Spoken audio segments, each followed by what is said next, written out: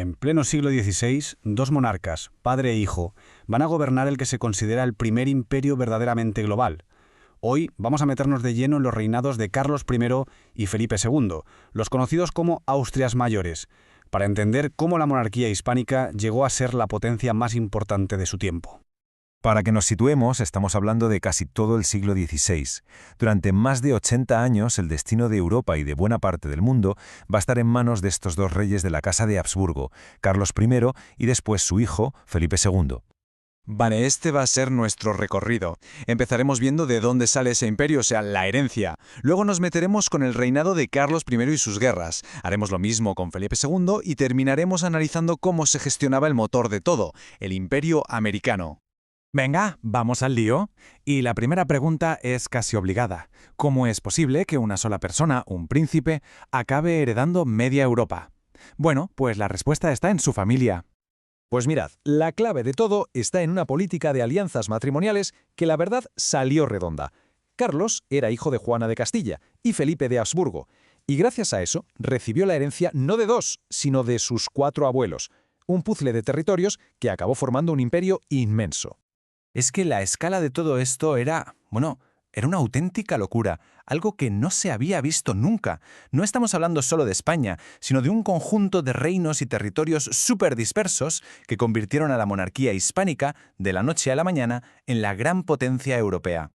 Claro, una cosa es heredar sobre el papel y otra muy distinta es llegar y gobernar. Imaginaos la escena. Carlos se planta en España con 19 años, siendo un chaval criado en Flandes que no tenía ni idea de castellano. Lógicamente, el rechazo inicial fue tremendo. Y claro, ese malestar inicial no tardó en explotar. Estallaron 2 revueltas muy importantes casi a la vez. La de las comunidades en Castilla, que tenía un carácter más político, y la de las Germanías en Valencia, más social. Carlos las aplastó a las 2. Y el resultado, paradójicamente, fue que su poder como rey salió mucho más reforzado. El gran proyecto de Carlos, su gran idea, era lo que se conoce como la Universitas Cristiana, o sea, una Europa unida bajo la fe católica, con él, el emperador, a la cabeza. Un sueño, sí, pero un sueño que en la práctica le costó estar en guerra toda su vida. Y no fue una guerra, fueron 3 al mismo tiempo. 3 frentes abiertos que lo consumieron todo. Por un lado, la lucha contra Francia, por ver quién mandaba en Italia. Por otro, la guerra contra los príncipes protestantes alemanes. Y por si fuera poco, la amenaza constante del Imperio Otomano en el Mediterráneo. Un esfuerzo militar brutal que se pagó sobre todo con el oro y los impuestos de Castilla. Y después de décadas de lucha contra el protestantismo, ¿el resultado? Pues un empate técnico. La Paz de Augsburgo, de 1555, vino a decir que cada príncipe alemán podía elegir la religión de su territorio. En la práctica, esto supuso el reconocimiento de la división religiosa de Europa y el fracaso del gran sueño imperial de Carlos. Y esto nos sirve para ver perfectamente el contraste, el cambio de mentalidad total entre padre e hijo. Carlos fue un emperador medieval, siempre viajando con su corte a cuestas. Felipe, en cambio, fue un rey moderno, un burócrata que gobernó el mundo desde su despacho. Felipe II aprendió del fracaso de su padre. Él no soñaba con un imperio universal. Su objetivo era mucho más concreto y, si cabe, más defensivo: mantener la hegemonía de la monarquía hispánica y defender la fe católica contra todos sus enemigos. De hecho, transformó por completo la forma de gobernar. Fijó la capital en Madrid y montó un sistema de gobierno súper centralizado basado en consejos y mucho papeleo. No es broma que se le conocía como el rey papelero.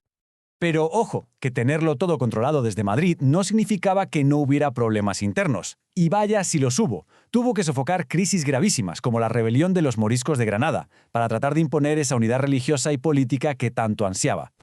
Y como su padre, el reinado de Felipe fue una sucesión de guerras casi sin descanso. Él se veía a sí mismo como el gran campeón de la Europa católica, y no dudó en actuar como tal.